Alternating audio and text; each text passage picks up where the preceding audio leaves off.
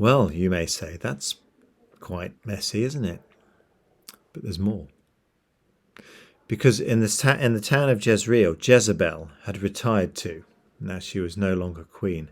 And she hears all this. And she doesn't quite know what to do. So what she does is what she does best. She puts on her makeup. Puts on her slinky frock. She does. It doesn't use the word slinky, but that's what it means. And she sits in the window. And as Jehu arrives with his rebelling army, she says, all right, sexy, basically. You sexy king killer, she says. What's going on? And Jehu looks up and looks up at the windows of the palace that she's in and says, is there anyone in there who is on my side? And looking out of the window are two or three of the court eunuchs. And they go up a floor into Jezebel's room. And they push her out the window. And she falls. And she falls in front to the ground in front of Jehu's chariot. And he rides over her. And her blood spatters up the wall of the town of Jezreel. And Jehu rides in to the town. Goes into the palace. Sits at the table. And starts to have his lunch. And while he's eating, or when he's finished eating, he says, perhaps we shouldn't leave Jezebel out there. You know, she was, after all, she was a queen for a while. So go and get her body and give her a proper burial. And they go out to find her. But by the time they've got there, the dogs have been there. And all that's left, this is a bit gross, is her skull and her hands and feet. Fulfilling what had been said earlier, that the dogs would eat her. It fulfills this also that Elijah said. And I can't work out whether this is a joke or grim, dark humour. But I think it is. In the field of Jezreel, the dogs will eat Jezebel. The body of Jezebel will be like dog droppings on the ground in Jezreel. Old friends and lovers will say, I wonder, is this Jezebel?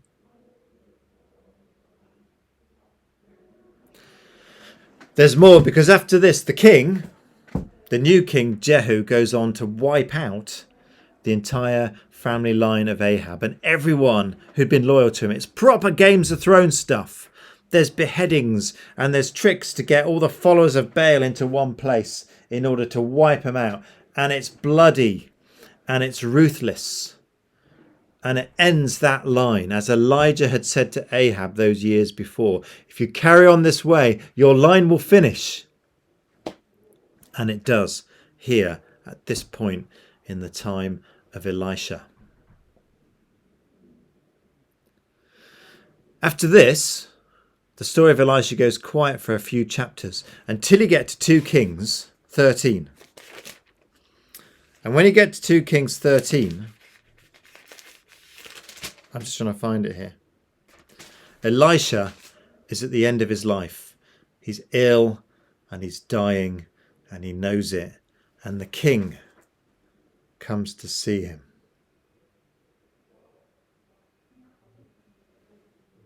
And this king, I'm just double checking the king's name, is Jehoash. So by this point, Jehoash had become king. And I'm going to let you read that. 2 Kings 13. The king comes to see Elisha, and Elisha speaks to him and says about how he's going to push back but not completely destroy the enemies of Israel, because the end is in sight for the country of Israel. It's epic stuff. The story of Elisha is these vast political stories and assassinations and rebellions. But it's also these tiny personal stories, isn't it? The Shunammite woman, the widow with the 2 sons, the tiny little miracles, the stew and the floating axe head. Read it, read it, read it. Read it, read it, read it. 2 Kings, if you want to start a sort of clean, 2 Kings chapters 1 to 14 will get you through the story of Elisha. You'll miss his call out, but you can find that later. Because that's really when Elijah moves on and Elisha takes, and you pick up the story. It is hard to read because there are names that we're not used to. There's like Jehoram and Jehoash and Jehu and all this kind of stuff. But just read it a bit at a time, and if necessary, take notes. Go, oh, well, that's that king. Because kings come and go, and some are there for a while, some aren't. And see, Jezebel, you haven't heard from her for chapters and chapters, for years, literally. And then she pops up. She's still alive, even though Ahab had died in battle all those years ago. And here she is again. And she gets what Elijah had said would happen. She finally reaps what she sowed. It's good stuff. Read it carefully. Read it. I think it is funny, some of it. That bit about people, you can't quite tell from the translations whether they're talking about the dog drop-ins or the kind of bits of body around. But it says, friends and lovers will look and see and say, I wonder if that was Jezebel. It's a very grim kind of humour. And what do we do with that as followers of Jesus? What do we do with that? Because these are our ancestral stories too. They're the stories that Jesus would have known and loved, and that Jesus would have drawn strength from. And they're God-breathed. So, in a sense, some of them are morality tales. You know, if you do this, it's not going to go well for you. If you don't listen to what God is saying, you know, literally, the dog mess is going to hit the wall. This is what the prophets say. So there's that. And in terms of where God's relationship with the human race is at this point, this is how it's happening. And we can see it heading towards Jesus as time goes by. I think it's beautiful storytelling. It's funny and it's tragic and it's bloodthirsty. And there's also love in there and hope and restoration. In another strand of our life at the moment here at Chelmsford Baptist Church, we're looking at the story of Jacob and his family, particularly where Joseph comes along. And it's fantastic, beautiful, ancient stuff. This is 2,500-3,000 years old. And yet it's still true. It's still a cracking story. And it still tells us how God has been involved with the human race. It shows us about our behaviour, about how we listen to God, about how we respond to those people that come to us saying, well, God's saying this. And it also shows us, I think, as human beings, that we are flawed. We make mistakes. We also do things that perhaps we don't do, but God can turn them around. God can take quite complicated, potentially awful situations, turn it around and steer us gently back to his course. So that's it for the story of Elisha. It's fantastic. As I say, I wish I'd done it over 8 weeks, but it might have gone on a bit then.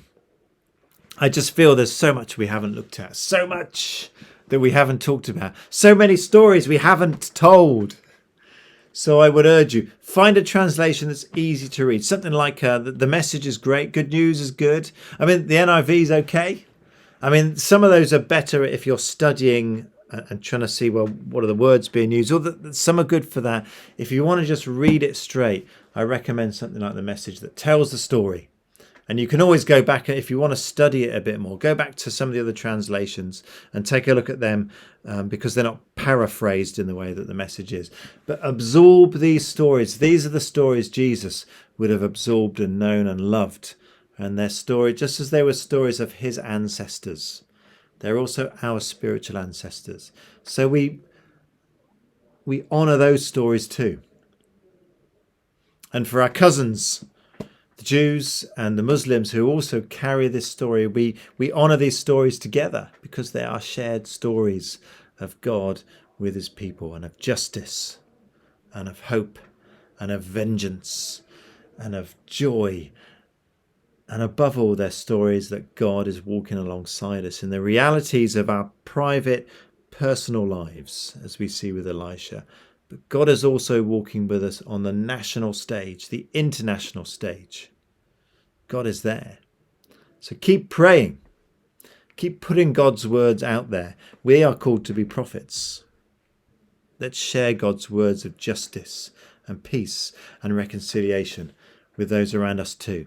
And raise our voices to those in power, our politicians and our councillors. Let's do that too.